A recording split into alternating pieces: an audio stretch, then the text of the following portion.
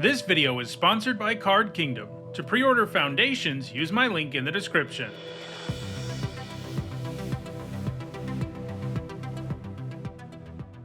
Hi everyone, I'm Neat Sahone. Earlier today, the full card gallery for Foundations dropped, and that means it's time to start my limited set review for the format. Over the next week or so, I'll be evaluating every single card in the set to get you ready for your pre-release or the release of the set on Magic Arena. We're starting today with the multicolored and colorless cards. Multicolored cards are always a nice place to start because they do a good job of introducing us to the set's archetypes and mechanics, and they also tend to be some of the most powerful cards in a set. For each of these cards, I'll discuss how I think they'll perform in Limited, that means Draft and Sealed, and I'll punctuate each evaluation with the letter grade. If you're new to my set reviews and unsure of what my letter grades mean, you can find a guide in the description for this video. There are a few things to keep in mind as I review these cards. First, because we're only talking about Draft and Sealed, I'm only going to be talking about cards that can be found in play boosters. This set is pretty confusing because it has so many different products and so many different set numbers, but only the cards with set numbers between 1 and 271 are in play boosters. So if there was some card you were thinking was in play boosters and it isn't on this list, it's because it's a card that you can only get in other Foundations products. Play boosters in this set also have the very rare special guests, and I'll cover those in their own video after getting through the main set. These are also, of course, my evaluations of these cards before it's been possible to play Foundations Limited, since the goal is to have my set review done in time for the pre-release, and that means I'll be wrong about some stuff. However, as the format comes into focus, I'll be doing videos where I discuss how things have actually turned out. This set is a bit different than most because it's about half reprints, and while the cards are in new contexts, that does mean I've actually played with many of the cards in the set. Lastly, I want to let you know that there are some set review related perks for being a channel member or a patron. You get access to my ongoing set notes during preview season, and you'll also get a spreadsheet with all of my grades once a set review is complete. If those perks interest you, check out the description, where you can find out how to support the channel using one of those methods. Alright, without further ado, let's dive in with a look at the multicolored and colorless cards in Foundations. First up, there's Alesha, who laughs at fate. For one generic, a black and a red, she's a 2/2 legendary creature, human warrior at rare. She's got first strike. When she attacks, you put a +1/+1 counter on her. She has raid, one of the returning mechanics in the set, and that means if you attack this turn, something happens. In her case, it triggers at the beginning of your end step, and you return target creature card with mana value less than or equal to Alesha's power from your graveyard to the battlefield. So Alesha attacks the first time as a 3/3 first striker, and that's always going to feel great, and it can snowball from there in a big way, especially because you get to reanimate a small creature when it attacks. You won't always have that creature to get back, of course, but even doing it once is insane, and this has a powerful baseline. She can trigger raid herself, but you can also just play her and reanimate something at your instep in the same turn. So there are frequently going to be times where she comes down and adds something extra to the board right away. And even when she doesn't, she's got that very strong baseline. I think she's a bomb, giving her an A-. Next up, it's Anthem of Champions, which for a green and a white is a rare enchantment. Creatures you control get +1/+1. We're used to paying 3 for this effect. Only paying 2 is pretty awesome. You do have to at least have some board state for this to do its thing, but in most games of Limited, that's going to be the case. I'm giving this a B+. Next up, it's Ashroot Animus, which for 2 generic, a red and a green, is a 4/4 lizard druid at rare. It's got trample, and when it attacks, another target creature you control gains trample and gets +X/+X until end of turn, where X is this creature's power. Giving +4/+4 and trample to another attacking creature is massive, as it makes anything into a threat, and if the creature was already big, it can let you get in for a huge hit. If you untap with this in play, you're sending lots of trample damage your opponent's way that turn. I'm giving it a B+. Next up, it's Dreadwing Scavenger, which for one generic, a blue and a black, is a 2/2 nightmare bird at uncommon. It's got flying, and when it enters or attacks, you draw a card and then discard a card, and it has Threshold, one of the returning mechanics in the set. That means something good happens if you have 7 or more cards in your graveyard. In this case, it gets +1/+1 and has Death Touch. So blue-black is all about Threshold in this set. This is a signpost uncommon after all, meaning that it's in a specific color pair and represents what that color pair's all about, and it looks pretty good. I'd be pretty excited about this even if it didn't have Threshold itself, since looting when it enters and when it attacks is pretty powerful, especially on a solidly statted creature. So the fact it can eventually get you to Threshold and buff itself, not to mention all of your other Threshold stuff, is great. I think this is a B. Next up, it's Elenda, Saint of Dusk, which for 2 generic, a white, and a black is a 4/4 legendary vampire knight at rare. It's got lifelink and hexproof from instants, and as long as your life total is greater than your starting life total, Elenda gets +1/+1 and has menace. Elenda gets an additional +5/+5 as long as your life total is at least 10 greater than your starting life total. So, hexproof from instants means that about half the removal in the format just doesn't work on her, and she's got a significant body and lifelink, so that's a big deal. Obviously, she helps increase the chances you can turn on her stats boost because she has lifelink, and her being a 5/5 menace isn't super far-fetched. You shouldn't really count on the 10 or more life bonus getting going, even with her around. It's pretty difficult to do that, and if you are there, you're probably winning the game anyway. But she's sometimes going to be pretty difficult to kill and can potentially run away with the game, and Black-White in this format is extra interested in gaining life, so she's got some synergy stuff going on too, giving her a B+. Next up, it's Fiendish Panda, which for 2 generic, a white, and a black is a 3/2 bear demon at uncommon. Whenever you gain life, you put a +1/+1 counter on it, and when this creature dies, return another target non-bear creature card with mana value less than or equal to this creature's power from your graveyard to the battlefield. This is another really good signpost uncommon. Like I just said, Black-White is about gaining life. And this is good when you're doing that, and the baseline is actually pretty good too. Like if you just take away the life gain upside here, a 4-mana 3/2 that reanimates a small creature when it dies is going to be a 2-for-1 more often than not. And because this can grow from life gain, it makes it even more likely it can reanimate stuff, and it becomes a threat in its own right at some point too. It does start out pretty understated, but it largely makes up for that with the death trigger. So, like, if your opponent hits this with Burst Lightning and you have a creature to get back, you're not going to care that much. I'm giving this a B. Next up, it's Coma World Eater, which for 3 generic, 2 green, and 2 blue is an 8/12 legendary serpent. At rare, it can't be countered. It has trample and ward 4, and when it deals combat damage to a player, you create 4 3/3 blue serpent creature tokens named Coma's Coil. So if this gets in for combat damage, something that's reasonably likely, thanks to trample, the game's just over. It does need to survive for a turn to make that happen, but having Ward 4 at least means your opponent is going to have to spend a bunch of mana to kill Coma, and frequently, they just won't have it. The double green, double blue can be a challenge at times, but I think you get those 4 3/3 serpents on your next turn often enough for this to be a bomb. I'm giving it an A-.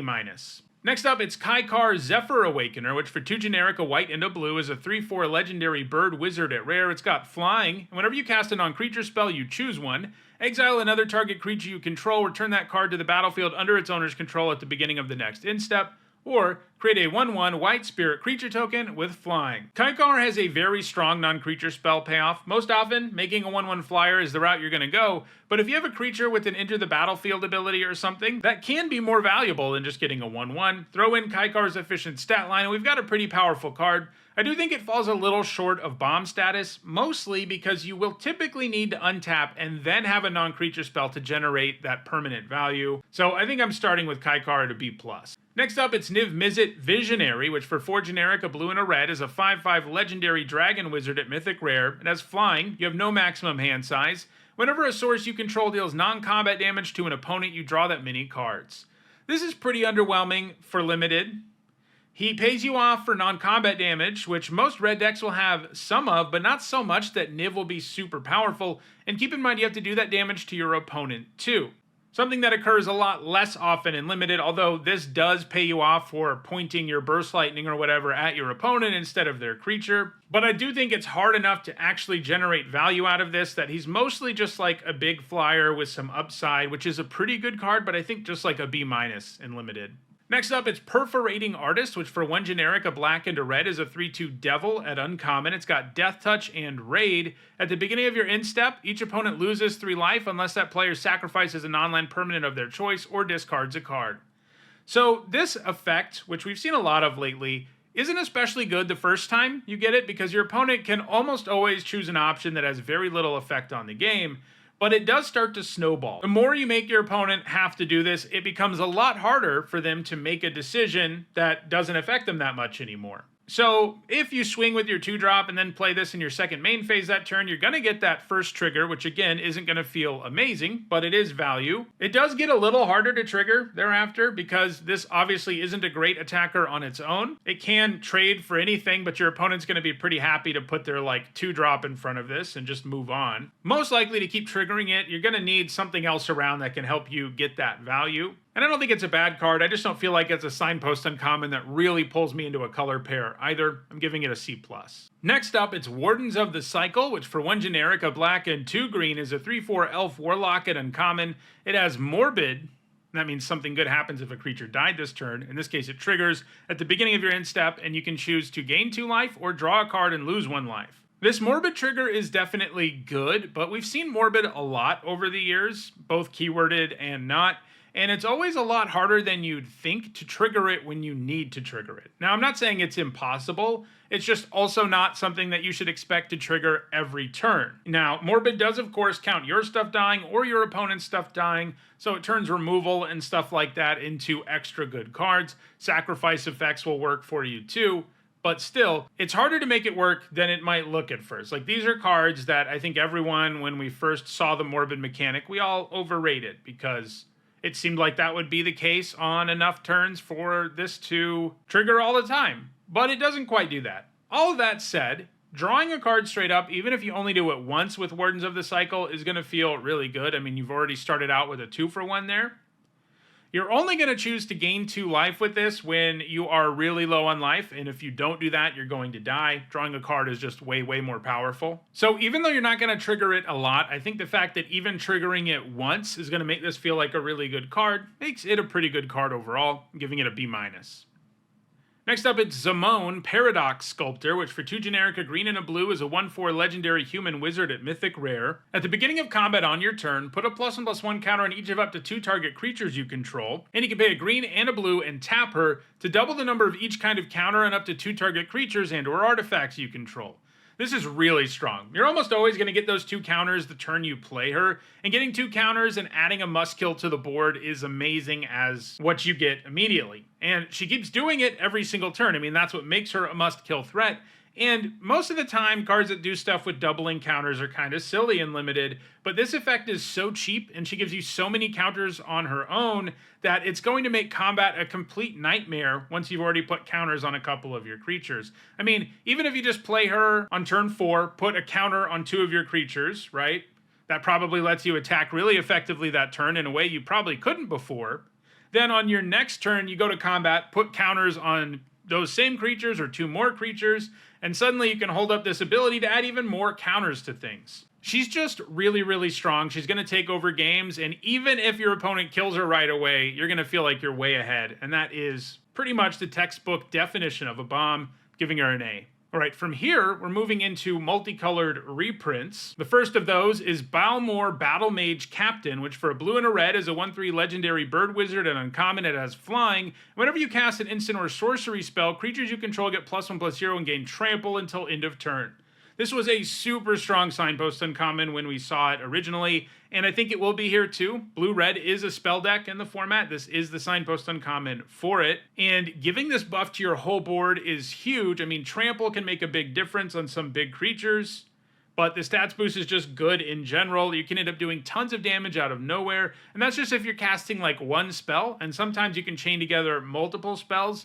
One sort of awkward thing about them choosing to do like a reprint signpost uncommon here is that a bunch of cards in this set have prowess, which is different from this trigger, right? Prowess things will trigger on any non-creature spell. Balmor doesn't. So that's something you do have to keep in mind when you're playing, that this triggers a little bit differently, which is something that I don't love they did in a set that's supposed to be for new players, but hey, it is a powerful card. It's a great signpost uncommon. I'm giving it a B. Next up, it's Consuming Aberration, which for 3 generic, a blue and a black, is a star horror at rare. Its power and toughness are each equal to the number of cards in your opponent's graveyards. Whenever you cast a spell, each opponent reveals cards from the top of their library until they reveal a land card, then puts those cards into their graveyard. So if you play this on 5, a lot of the time, it's going to be like a 3/3 or a 4/4, which is not exactly where you want to be.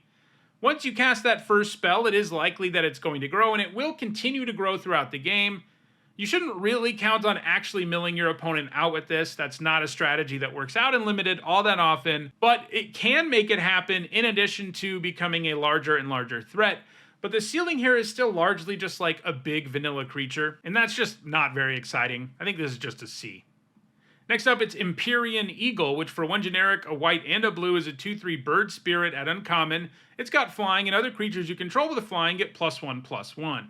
Most of the archetypes in this format are just like classic archetypes for each of the color pairs, and there's nothing more classic than blue-white skies, which is what Empyrean Eagle wants you to do. Basically, draft a bunch of flyers and play cards that pay you off for it. And having a 3-mana 2/3 flyer that can buff some of your other creatures, it's a pretty good card overall. I mean, it definitely gets better the more and more flyers you have, and you're likely to have like 7 or 8 in most blue-white decks. If you get to 10+, it gets even better. Overall, it's a really nice signpost uncommon, but also not one that really pulls me into the color pair, giving it a C+. Next up, it's Good Fortune Unicorn, which for one generic, a green and a white, is a 2/2 unicorn at uncommon. And whenever another creature you control enters, put a +1/+1 counter on that creature. A 3-mana 2/2 is pretty bad these days, but this ability is some serious business. You really only need one creature to get a counter to feel fine about things, and after that, things can get pretty silly. It even works if you make a bunch of tokens. Every single one of them will get a counter.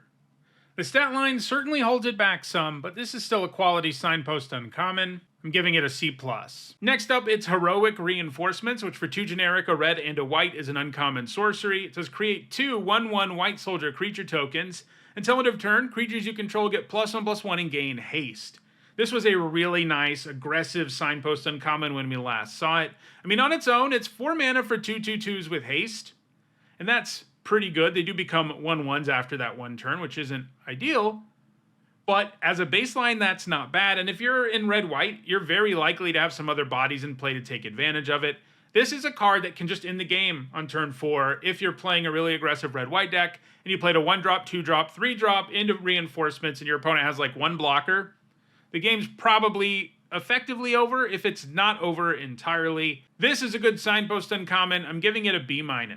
Next up, it's Lathril, Blade of the Elves, which for 2 generic, a black and a green, is a legendary elf noble at rare. It's got menace. When it deals combat damage to a player, you create that many 1/1 green elf warrior creature tokens, and you can tap her and tap 10 untapped elves you control, and each opponent loses 10 life and you gain 10 life. So this format's kind of interesting in that it has some typal stuff going on, but it's largely sub-themes, and there just aren't enough elves in this format for this card to be completely insane. You will virtually never be able to use her activated ability. That said, we are talking about a 4-mana 2/3 menace that when it hits your opponent makes 2 tokens, and that itself is a pretty good card, but it's not like a 4-mana 2/3 menace can always get in really easily. Your opponent does have to account for it and probably change how they're planning on playing, because they can't just leave one blocker back, because if they do, you're just going to run away with the game, even after just making 2 tokens. It makes that big of a difference. So I do think she's pretty good overall, just don't overrate how good her second ability will be, because even with her ability to make tokens, getting 10 elves in play is largely going to be a pipe dream in this format. I'm giving her a B-. Next up, it's Muldrotha, the Gravetide, which for 3 generic, a black, a green, and a blue, is a 6/6 legendary elemental avatar at Mythic Rare. During each of your turns, you may play a land and cast a permanent spell of each permanent type from your graveyard. This is a super powerful card if you've got a good graveyard deck and good mana. For that reason, I do think it needs a build-around grade. Having 3 colors of mana can be a challenge in most limited formats. Even with green as one of its colors, that's not something that your deck will just automatically be able to do. And then you also need to be good at stocking the graveyard. You don't want to have too many instants and sorceries, because Muldrotha only lets you cast permanents. So, I think all of those things are possible and doable. I just think it's important to know that Muldrotha isn't always going to work out for you when you draft it, especially if you draft it early. I think it needs a build-around grade. Like I said, it's probably like a C- in a lot of decks in the format, but I think it's an A- in a deck that has good mana and good graveyard stuff going on, which I think is very doable. Next up, it's Progenitus, which costs 2 mana of each color for a 10/10 legendary Hydra avatar at Mythic Rare. It has protection from everything, and if it would be put into a graveyard from anywhere, reveal Progenitus and shuffle it into its owner's library instead. Such a cool card. It's a great card to put in a core set for new players, because how do you look at this card and not think it's awesome, but it's terrible in Limited? You can basically never cast this in Limited, and there aren't any ways to cheat it into play. You can't even reanimate it. So yeah, I mean, it's just an F. Next up, it's Ruby Daring Tracker, which for a red and a green is a 1/2 legendary human scouted uncommon. It's got haste. When it attacks while you control a creature with power 4 or greater, Ruby gets +2/+2 until end of turn, and you can tap it for red or green mana. She was a really good sidepost uncommon in Wilds of Eldraine, and I don't think that's going to change here. Red-green is, as it often is, about having creatures with power 4 or greater, and she helps you get to those creatures by letting you play them out sooner. And while a creature who taps for mana can be kind of an awkward top deck in the late game, because usually you don't care about mana at that point, she's likely to be a 2-mana 3/4 with haste at that point, and that is certainly a body that can alter combat in a big way, giving her a B-. Next up, it's Swiftblade Vindicator, which for a red and a white is a 1/1 human soldier at rare, and it comes packing double strike, vigilance, and trample. So even if you have no ways to buff this, you get a pretty good deal for the mana, and there are plenty of ways to buff the Vindicator. And because of the combination of double strike and trample, even a small buff is enough to make your opponent panic. I'm giving this a B. Next up, it's Tatyova Benthic Druid, which for 3 generic, a green and a blue, is a 3/3 legendary merfolk druid at uncommon, and it has landfall, which means something good happens whenever a land enters the battlefield under your control. In this case, you gain a life and you draw a card. This was an amazing card in Dominaria. Now, admittedly, that was probably the slowest limited format we've had in like the last 8 years or something. But I do think this format, compared to what we've seen lately, certainly looks like it can be slow. I mean, of course, there's a red-white aggro deck, but overall the power level in this format isn't insane. So I think this will still be pretty good, even if the format isn't quite as glacial as Dominaria was. The ideal thing to do with Tatyova is wait to play it until you can also play a land so that you get that 2-for-1 right away. That way you generate value immediately.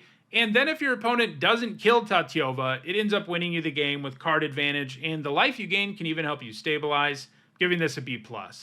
Next, it's Thousand Year Storm, which for 4 generic, a blue and a red, is a rare enchantment. And whenever you cast an instant or sorcery spell, copy it for each other instant and sorcery spell you've cast before it this turn. You may choose new targets for the copy. This is awful in Limited. It's pretty rare to cast more than one spell in a turn, and it doesn't impact the board directly at all. You have to hope you get to untap, and then hope you have enough spells to cast in a turn to make this relevant, and that's not going to happen very often, or really at all, giving this an F. We do have one colorless non-artifact card in this set, and that is Sire of 7 Deaths, which for 7 generic is a mythic rare Eldrazi. It's a 7/7. It has first strike, vigilance, menace, trample, reach, lifelink, and ward, pay 7 life. 7 mana is a lot, but this gives you what you deserve for 7 mana. A 7/7 that is hard to block, hard to attack through, and gains you lots of life. If you attack with this, your opponent probably loses because of the life swing, and it even has ward, which makes sure you get something out of the Sire, no matter what. Now, there will be times when you're behind and your opponent just kills this, goes to 13, and wins anyway, but they have to be pretty far ahead for that 7 life not to be a factor at all, and frequently they won't have the removal. It's also colorless, making it a nice pick because it will always make your deck. And this format has more 7 drops than most have lately, and I think that means we're actually going to get to them more often. This format isn't going to be crazy fast, so I think this is a bomb, giving it an A. All right, let's move to the artifacts now, starting with Banner of Kinship, which for 5 generic mana is a rare artifact. As this artifact enters, choose a creature type. This artifact enters with a fellowship counter on it for each creature you control of the chosen type, and creatures you control of the chosen type get +1/+1 for each fellowship counter on this artifact. This isn't enough of a creature type matters set for this to work out consistently. It's true that there are a handful of cards that pay you off for having creatures with one type, but it's not pronounced or focused enough for a card like this to work out most of the time. I mean, it's a real problem that this only does something if you already have creatures in play with the right type. Now, it is true that you can always just choose a creature type that you already have in play, but giving like one thing +1/+1 isn't worth 5 mana or a card. This might work out in some drafts that go in a really weird direction, because it certainly is powerful if you have like 10 creatures with the same type. But for this to be great, this needed to be an all-in creature types matter set. Like in Bloomburrow or an Innistrad set, this would have been great, but this isn't either of those, giving it a D. Next up, it's Fishing Pole, which for 1 generic is an uncommon artifact equipment. Equipped creature has 1 generic, tap Fishing Pole, put a bait counter on Fishing Pole, and whenever equipped creature becomes untapped, remove a bait counter from this equipment. If you do, create a 1/1 blue fish creature token, and it equips for 2 generic.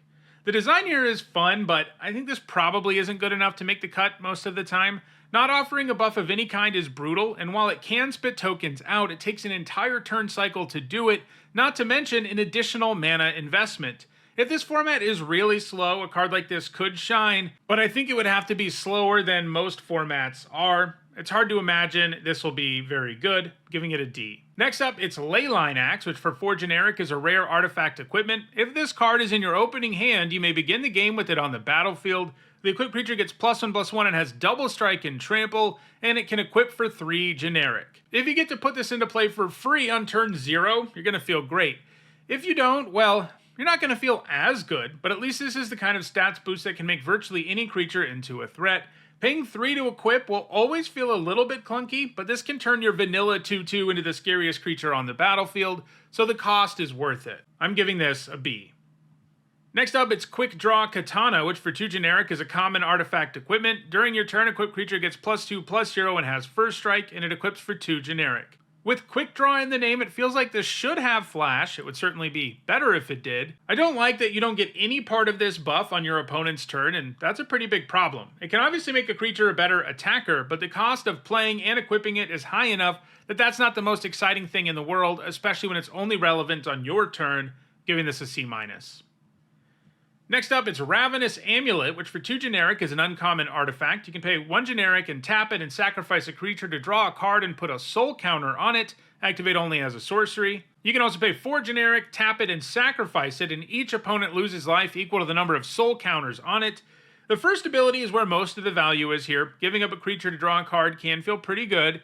However, the Pendant is a card that doesn't add to the board on its own, and if you don't have expendable bodies, you're going to end up with even more card disadvantage. So this asks you to play a card that really needs the right board state to go off, and it isn't like it ever gives you a body or anything. It can eventually make your opponent lose some life, but in most games of Magic, that second ability will take way too long to be relevant, giving this a D. Next up, it's Scrawling Crawler, which for 3 generic is a 3/2 artifact creature Phyrexian construct at rare. At the beginning of your upkeep, each player draws a card. Whenever an opponent draws a card, that player loses 1 life. I like this. Sure, your opponent also gets to draw, but it also chips in 2 damage each turn cycle as a result, while also drawing you extra cards, so I can live with that. It does make it more likely that they draw the removal they need to kill it, and they can do it for like 1 mana, but I think the upside here is still pretty big, and it's also really important that you both get to draw at the same time, and you're going to take advantage of the card you draw every turn cycle before your opponent does. I'm giving this a B+. Alright, now we're moving into the artifact reprints, starting with Adventuring Gear, which for 1 generic is an artifact equipment at uncommon. It has landfall. Whenever a land you control enters, equipped creature gets +2/+2 until end of turn, and you can equip it for 1. This hasn't been that good in the past. Sure, it's cheap to play and to equip, but it also has an effect that's conditional. The times when you do get that +2/+2 feel nice, and if you have Evolving Wilds, you might even get +4/+4 on occasion, but the fact that the creature gets no buff at all a big chunk of the time is a real problem. I'm giving it a D. Next up, it's Burnished Heart, which for 3 generic is a 2/2 artifact creature elk at uncommon. You can pay 3 generic and sacrifice it to search your library for up to 2 basic land cards, put them onto the battlefield tapped, and then shuffle.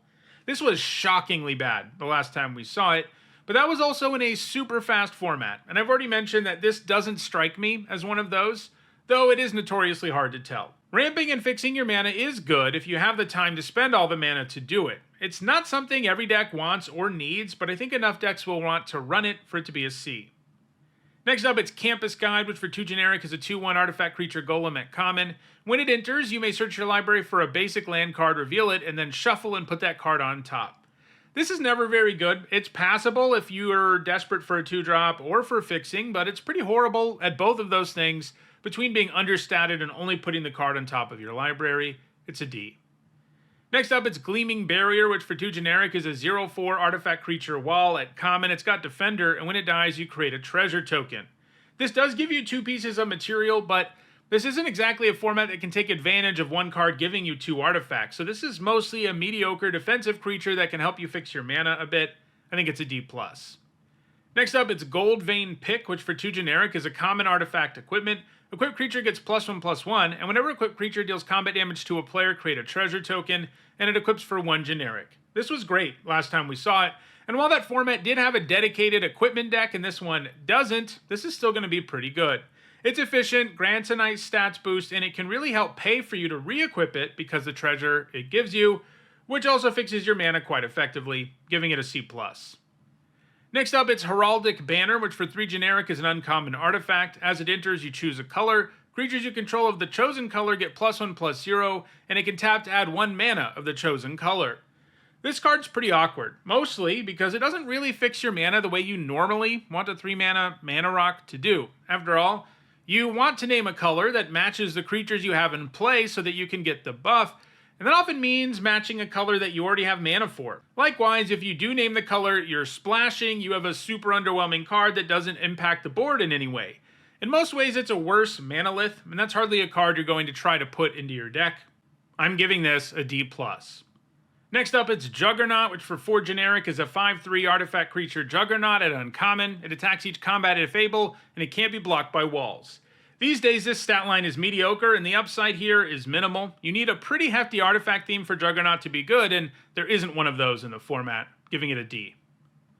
Next up, it's Meteor Golem, which for 7 generic is a 3/3 artifact creature golem at uncommon, and when it enters, you destroy target non-land permanent opponent controls. It's expensive and a little bit underwhelming when you consider that, but it does add a somewhat relevant body to the board while destroying your opponent's best permanent. That can definitely swing a game in your favor, although obviously if you're behind, it's not going to be enough. If you're good at ramping or blinking creatures, the golem gets more interesting, but it's probably not a card that always makes the cut, giving it a C-. Next up, it's Solemn Simulacrum, which for 4 generic is a 2/2 artifact creature golem at rare. When it enters, you may search your library for a basic land card, put that card onto the battlefield tapped, and then shuffle. And when it dies, you may draw a card. So this gives you a 3-for-1, which is always great. He fixes and ramps your mana up front, and then can trade off for something and give you another card. The Simulacrum is still a really good Magic card today, like it has been in all the other sets it's been in, giving it a B+. Next up, it's Swiftfoot Boots, which for 2 generic is an artifact equipment at uncommon. The equipped creature has hexproof and haste, and you can equip it for 1 generic. This card's really bad in Limited. That's always been true, but now we even have the data to back that up from the Brothers War Limited. If you mostly play Commander, that might be hard to believe, but the main problem the boots have is that they aren't relevant unless you already have a really good creature, and you just don't end up in that spot often enough in Limited. Frequently, the boots sit on the table and have no meaningful effect the entire game. It's a kind of card that can feel like you mulligan when you play it, and that's an F. Alright, let's move into lands now. We have one new land, and that is Soulstone Sanctuary, a rare land that can tap for colorless, and you can pay 4 generic, and it becomes a 3/3 creature with vigilance in all creature types. It's still a land. Creature lands are nice. They just sit around giving you the mana you need early, and then they can impact the game in a significant way late. The all creature types thing will actually come up some in the format, as there are some random typal payoffs throughout the set, and having vigilance means it can be relevant on both sides of combat too, or attack and then tap for mana. Now, it does hurt your mana base because it only produces colorless, and that's a problem, one that I think only holds it to a C+. Alright, let's move to the reprint lands now. We have all of the gain lands at common. These are all lands that can produce 2 colors of mana, enter tapped, and when they enter you gain a life. These are always quality dual lands, and that's a nice thing to have at common. The life gain comes with a bit of extra value in a set that does have a life gain deck. I value these reasonably higher, like just above filler, especially if I'm in the color pair or trying to splash a color. I'm giving these a C collectively. Next up, it's Evolving Wilds. It's a common land. You can tap it and sacrifice it and search your library for a basic land card, put it on the battlefield tapped, and then shuffle. This is also good fixing. Usually a Wilds and a basic land is what you need to pull off a splash, and the flexibility of Evolving Wilds is really nice. Threshold being in the format also makes it a little better, giving it a C+. Next, there's Rogue's Passage, an uncommon land that can tap for colorless, and you can pay 4 generic and tap it, and target creature can't be blocked this turn. This is never anything special. It's nice having a land that can make things unblockable, but that's a sort of thing that only becomes relevant when you have nothing else to do with your mana, and for the rest of the game you're playing a land that makes your mana significantly worse, giving it a C-. And our last card is Secluded Courtyard, an uncommon land. As it enters, you choose a creature type. It can tap for colorless, and you can tap it and add 1 mana of any color. Spend this mana only to cast a creature spell of the chosen type, or activate an ability of a creature source of the chosen type. This isn't good in the format. Only casting creature spells of a single type is too narrow in a format that only has a typal sub-theme, so this does more damage than good to your mana base. It's probably just an F. The downside is big and the upside isn't worth it in this format. So those are all the multicolored and colorless cards in Foundations. Next, we'll take a look at all the white cards. If you enjoyed this video or found it helpful, please like it and share it. If you want to make sure you catch future videos, like the rest of the set review, don't forget to subscribe. And if you're watching this after more of the set review is out, you'll see a set review playlist on your screen shortly. Thanks for watching.